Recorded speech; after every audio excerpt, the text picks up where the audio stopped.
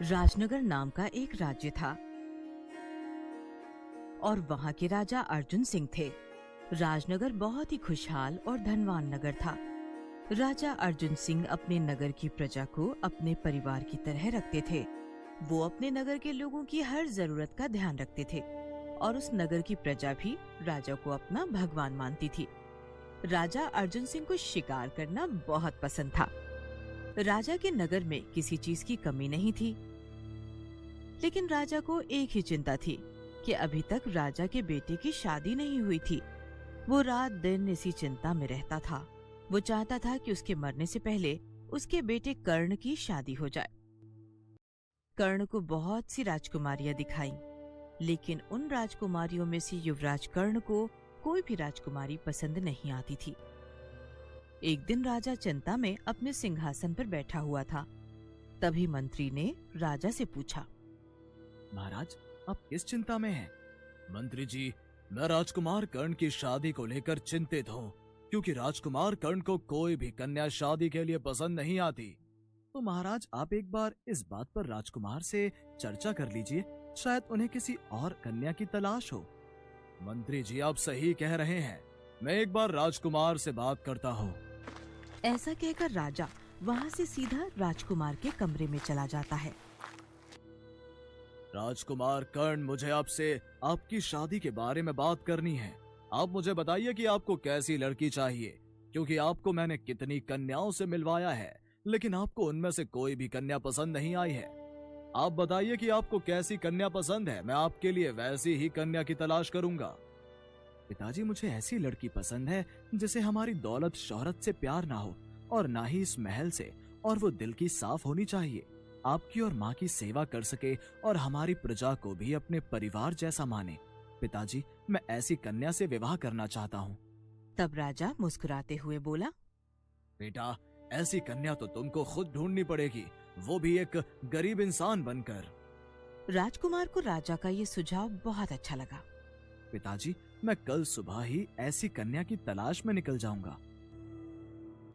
राजकुमार सुबह जल्दी उठा और गरीबों के जैसी पोशाक पहनी और उनके जैसा भेष बनाकर कन्या की तलाश में महल से बाहर निकल गया।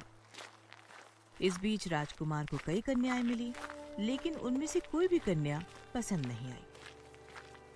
हर कन्या को अपने जीवन साथी को लेकर बड़े ख्वाब थे और ये सब राजकुमार को पसंद नहीं आ रहा था। ऐसे ही कुछ दिन बीत गए। राजकुमार के महल ना पहुंचने पर राजा बहुत चिंतित हो गए। उन्होंने राजकुमार की तलाश करने के लिए मंत्री से कहा कि सैनिक को भेजकर राजकुमार की तलाश करवाओ। सैनिक ने पूरे गांव में ढूंढा। तब एक सैनिक ने देखा कि राजकुमार एक पेड़ के नीचे थक हार के बैठा हुआ था। तभी वहां सैनिक आए और बोले, राजकुमार, आपको महाराज याद कर रहे हैं, उन्होंने हमें आपको ले जाने के लिए बोला है।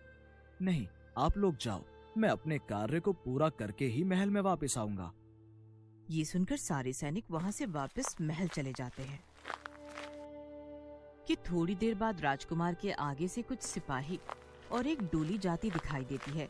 राजकुमार ने तभी उनमें से एक सिपाही से पूछा, इस डोली में कौन है?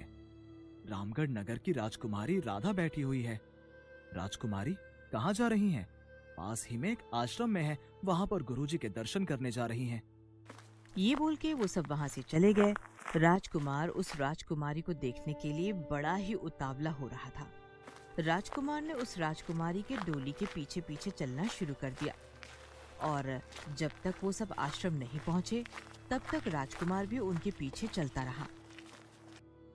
जैसे ही राजकुमारी उस डोली में से उतरी, तो राजकुमारी को देखकर राजकुमार हैरान हो गया और काफी समय तक राजकुमारी को प्यार भरी नजरों से देखता रहा। क्या यह राजकुमारी वैसी ही है जैसी कन्या से मैं शादी करना चाहता हूँ? तो राजकुमार ने सोचा कि मैं इस राजकुमारी के स्वभाव को जानने की कोशिश करता हूँ। फिर राजकुमार राजकुमारी के पास गया और बोला, मैं राजनगर का राजकुमार हूँ, क्या आप मुझसे शादी करेंगी?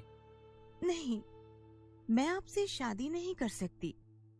राजकुमार को ये सुनकर बहुत अच्छा लगा। और उसको लगा कि इस राजकुमारी को मेरी दौलत, शोहरत और महल का लालच नहीं है।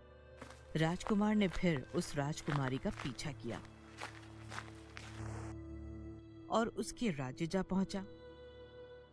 अब राजकुमार को उस राजकुमारी के स्वभाव के बारे में सब कुछ जानना था, तो राजकुमार ने राजकुमारी के नगर के लोगों से राजकुमारी के बारे में जानने की कोशिश की।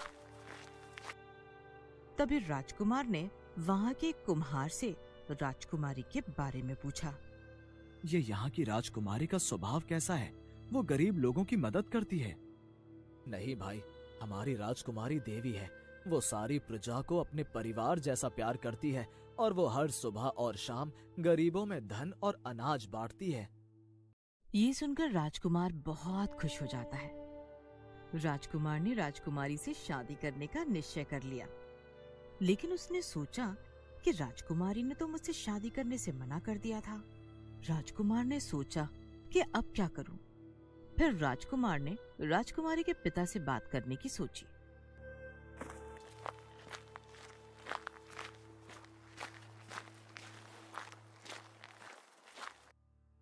मैं आपकी बेटी से शादी करना चाहता हूँ।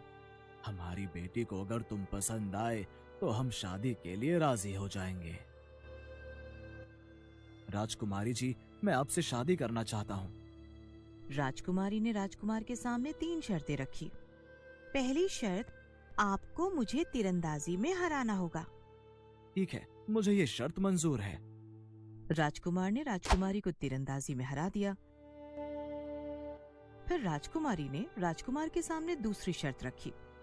आपको अगर मुझसे शादी करनी है तो आपको प्रजा में से किसी एक इंसान की हत्या करनी होगी। क्या? ये आप क्या बोल रही हो? मैं ऐसा कुछ नहीं करूंगा। मैं ये शादी नहीं करूंगा क्योंकि ये प्रजा मेरे लिए मेरा परिवार है। मैं उनकी हत्या नहीं कर सकता। ये सुनकर राजकुमारी खुश हो गई। आप दूसरी शर्त भी जीत गए। मैं आपकी परीक्षा ले रही थी कि आप अपनी प्रजा से प्यार करते हो या नहीं। अब आपको तीसरी और आखिरी शर्त पूरी करनी होगी। तो बताइए, वो रखता हमेशा वायु शुद्ध, फल भी देकर जो हमेशा पेट भरे, मानव बनाए उसका सबसे बड़ा दुश्मन, फिर भी वो हमेशा उपकार करे। राजकुमार थोड़ा सोचने लगा। थोड़ी देर सोच विचार करने के बाद राजकुमार ने कहा, ठीक है, मैं इसका भी जवाब देता हूँ और इसका जवाब है पेड़। ये सुनकर राजकुमारी खुश हो गई। आपने सभी प्रश्नों का सही जवाब दिया है।